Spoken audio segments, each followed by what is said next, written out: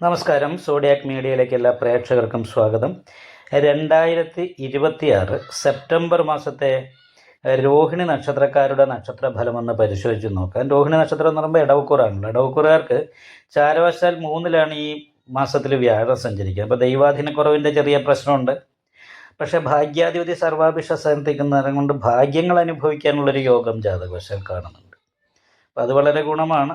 നല്ല ഭാഗ്യങ്ങൾ അനുഭവിക്കാനുള്ള യോഗം ജാതകവശാലുണ്ട്. അതേപോലെ തന്നെ കർമാധിപതി തന്നെയാണ് ലാഭസ്ഥാനത്ത് നിൽക്കുന്നത്. അപ്പം ചെയ്യുന്ന പ്രവൃത്തിക്ക് തക്കതായിരിക്കുന്ന നേട്ടങ്ങൾ ഉണ്ടാകാനായിട്ട് യോഗമുണ്ട്. പക്ഷേ ദ്വിദ്വാദശ യോഗം ഉള്ളത് കാരണം കൊണ്ട് ദാമ്പത്യ സംബന്ധമായിട്ട് അത്ര സുഖം കാണുന്നില്ല. ഭാര്യാഭർത്താക്കന്മാർ തമ്മിൽ അകന്ന് ഇരിക്കുകയോ അതല്ലേ രണ്ടുപേരും തമ്മിൽ മാനസികമായിട്ട് അകൽച്ച ഉണ്ടാകുകയോ ചെയ്യാൻ സാധ്യതയുണ്ട്. വളരെ ശ്രദ്ധിക്കണം. അതുപോലെ തന്നെ ശ്രദ്ധ വേണ്ടത് സംസാരത്തിലാണ്.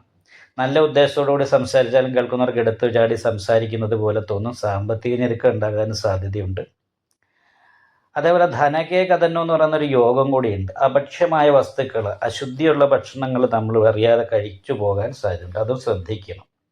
അപ്പം ഇങ്ങനെയുള്ള ചെറിയ കുറച്ച് പ്രശ്നങ്ങളാണ് ദോഷമായിട്ടുള്ളത്.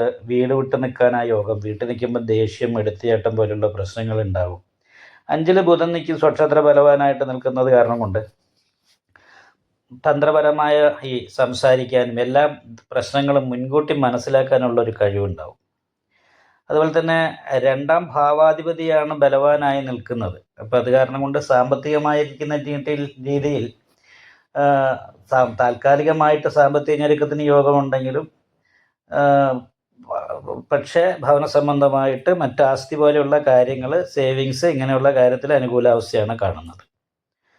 മറ്റൊന്ന്, കർമാധിപതിയായിരിക്കുന്ന ശനി മീനൻ രാശിയിൽ ജലജലധന ഭോക്ത എന്ന് പറയുന്ന യോഗം ചെയ്തിരിക്കുന്നവരും കടൽ കടന്ന് പോയിട്ട് തൊഴിലെടുക്കാൻ യോഗമുണ്ട്. അപ്പോൾ അങ്ങനെ പോകണമെന്ന് ആഗ്രഹിക്കുന്നവർക്ക് സാധിക്കും ആഗ്രഹം. അത് കൂടാതെ കണ്ട് 5-ാം ഭാവത്തിൽ നിൽക്കുന്ന ബുധൻ ശനിയെ ദൃഷ്ടി ചെയ്താണ് നിൽക്കുന്നത് പരസ്പരം. അപ്പോൾ കർമാധിപതിയെ പൂർവ്വപുണ്യ സ്ഥാനാധിപതി ദൃഷ്ടി ചെയ്ത് നിൽക്കുന്നതാണ് മനസ്സിൽ ആഗ്രഹിക്കുന്ന രീതിയിലുള്ള തൊഴിൽ കിട്ടാനും അതിനുവേണ്ടി പരിശ്രമിച്ചാൽ നേട്ടങ്ങൾ ഉണ്ടാകാനും യോഗമുണ്ട്.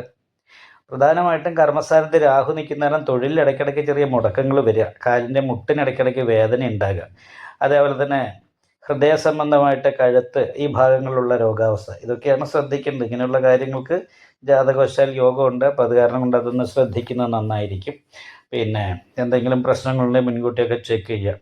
കാലിൻ്റെ മുട്ടിന് വേദന, കഴുത്ത് വേദന, കൈകൾക്ക് ഇടയ്ക്കിടയ്ക്ക് വേദന, ഇങ്ങനെയുള്ള പ്രശ്നങ്ങളൊക്കെയാണ് രോഗാവസ്ഥയിൽ കാണുന്നത്. പിന്നെ ദൈവാധീനക്കുറവിൻ്റെ ഒരു വിഷയമുള്ളത് കാരണം വിഷ്ണു ക്ഷേത്രത്തിലെ നെയ്വിളക്ക്, ഭാഗ്യസൂക്ത അർച്ചന മുതലായിട്ടുള്ള വഴിപാട് ചെയ്യണം. കർമാധിപതി ശനിയാണ് സർവാഭിഷ സ്ഥാനത്താണ് നിൽക്കുന്നെങ്കിലും കർമ്മസ്ഥാനത്ത് രാഹു നിൽക്കുന്ന നേരം കർമ്മ തടസ്സം വരാതിരിക്കാൻ നാഗപൂജ ചെയ്യുക. നവഗ്രഹ പൂജ ചെയ്യുന്ന ക്ഷേത്രത്തിൽ രാഹുപൂജയും കേതുപൂജയും ചെയ്യും. അതേപോലെ തന്നെ രക്ഷാസ്ഥാനത്ത് നിൽക്കുന്നത് ചൊവ്വയാണ്, ദ്വിദ്വാദശ യോഗം. അപ്പോൾ ദാമ്പത്യ പ്രതിസന്ധികൾ ഉണ്ടാകാതിരിക്കാൻ, അഭക്ഷ്യമായ വസ്തുക്കൾ ഉള്ളിൽ ചെല്ലാതിരിക്കുക. ഇതിനൊക്കെ സുബ്രഹ്മണ്യ സ്വാമി ക്ഷേത്രത്തിലെ അഭിഷേകവും അതുപോലെ തന്നെ നാരങ്ങാമാല ചേർത്തുമൊക്കെ ചെയ്യുന്നത് വളരെ നല്ലതാണ്. പൊതുവെ മാനസികമായിട്ടുള്ള സന്തോഷവും അതുപോലെയുള്ള അനുകൂലാവസ്ഥയും ഈ മാസത്തിൽ അനുഭവിക്കാനായിട്ട് സാധിക്കും. നിങ്ങൾക്ക് ഈ വീഡിയോ ഇഷ്ടപ്പെട്ടാൽ ലൈക്ക് ചെയ്യുക, നിങ്ങളുടെ അഭിപ്രായങ്ങൾ കമൻറ്റ് ചെയ്യാം.